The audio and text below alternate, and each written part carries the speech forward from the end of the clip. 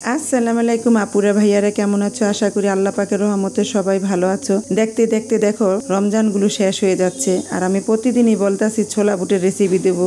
ব্যস্ততার কারণে ভিডিও করা হয় না, প্রতিদিনই রান্না করি কিন্তু ভিডিও করতে পারি না, তার জন্য রেসিপিও করা হয় না। তাই আজকে আমি বললাম যে না, আজকে ছোলা বুটের রেসিপিটা দিয়েই দিই। দেখো আমি কিছু চিকেন এখানে ছোট ছোট করে কেটে নিয়েছি। সয়া সস, হলুদ মরিচের গুঁড়ো হাফ চামচ, আদা রসুনের পেস্ট দিয়ে এখন কিছুক্ষণ ম্যারিনেট করে রেখে দেব। এখন আমি আগে থেকে দেখো ছোলা বুট ভালো করে সিদ্ধ করে নিয়েছি, আর এখানে একটা বড় সাইজের আলু সিদ্ধ করে নিয়েছি। আলুটা দিলে ছোলা বুটটা মাখা মাখা হয়, খেতেও খুব ভালো লাগে। এখন আমি চুলাতে একটা প্যান বসিয়ে দেব। প্যানেতে আমি পরিমাণ মতন তেল দিয়ে দিয়েছি। এখন ম্যারিনেট করা চিকেনগুলো সব ভেজে নেব।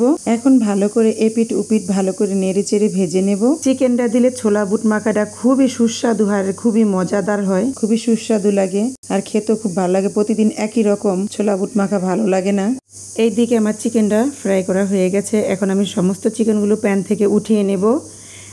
এখন এই একই প্যানেতে আমি পেঁয়াজ কুচি দিয়ে দেবো। পেঁয়াজটা একটু বড় করে কেটেছি, আর একটা কাঁচামরিচ দিয়েছি। তোমরা ঝালটা তোমাদের পরিমাণ অনুযায়ী দেবে। পেঁয়াজটা একটু বড় বড় দিলে খেতে ভালো লাগে। আর হাফ চামচ আমি আদা রসুন পেস্ট দিয়ে দিলাম। এখন আদা রসুনের পেস্টটা কিছুক্ষণ ভেজে নেব যাতে কাঁচা গন্ধটা না থাকে। এখন এই পর্যায়ে আমি হাফ চামচ জিরে গুঁড়ো দিয়ে দেব। জিরে গুঁড়োটা দিলে ছোলা বুটটা খুব ভালো লাগে খেতে।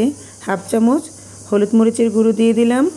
এখন একটু ভালো করে নেড়েচেড়ে এই পর্যায়ে আমি ধনিয়া ফাঁকি দিয়ে দেব হাফ চামচ, দিয়ে নাড়াচাড়া করে মশলাটা ভালোভাবে কষানো হচ্ছে।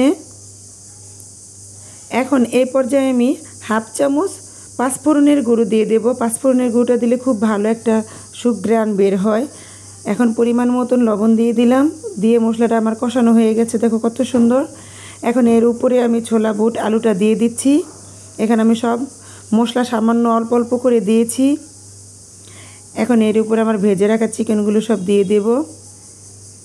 সামান্য রেখে নাড়াচাড়া দিয়ে 5 মিনিটের মতন রেখে আমি নামিয়ে ফেলবো। আলহামদুলিল্লাহ, আমার ছোলা বুট রান্না কমপ্লিট।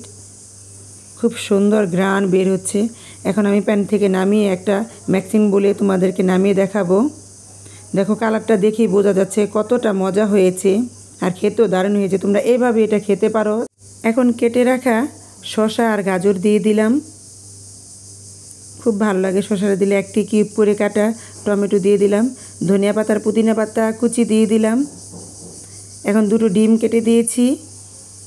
1 চামচ চাট মশলা দিয়ে দিলাম। দিয়ে এখন ভালো করে নেড়েচেড়ে সমস্ত মশলাগুলো ছোলাগুলো একসাথে মিশিয়ে নেব। খুব সুন্দর একটা ফ্লেভার বের হয়েছে।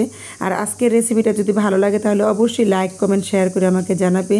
এখন এর উপর আমি 1 চামচ সরিষার তেল দিয়ে দিলাম। যারা ভিডিওটা দেখতে দেখতে লাইক দিতে ভুলে গেছো, প্লিজ এখন একটা লাইক দিয়ে নাও। তোমাদের একটা লাইক আমার কাছে অনেক কিছু। এখন আমি এর উপরে কিছুটা পেঁয়াজ বেরেস্তা দিয়ে দিচ্ছি। আজকের রেসিপিটা যদি তোমরা ফেসবুক থেকে দেখো তাহলে অবশ্যই ফলো দিয়ে দিবে, আর যদি ইউটিউব চ্যানেল থেকে দেখো তাহলে অবশ্যই সাবস্ক্রাইব করে পাশে থেকো। আজকের রেসিপিটা ভালো লাগলে অবশ্যই আমাকে কমেন্টস করে জানাবে। তাহলে আজ এই পর্যন্তই রাখি। ইনশাল্লাহ আগামী নতুন কোনো ব্লগে তোমাদের সাথে আবার দেখা হবে। ভালো থেকো সবাই। খোদা হাফেজ।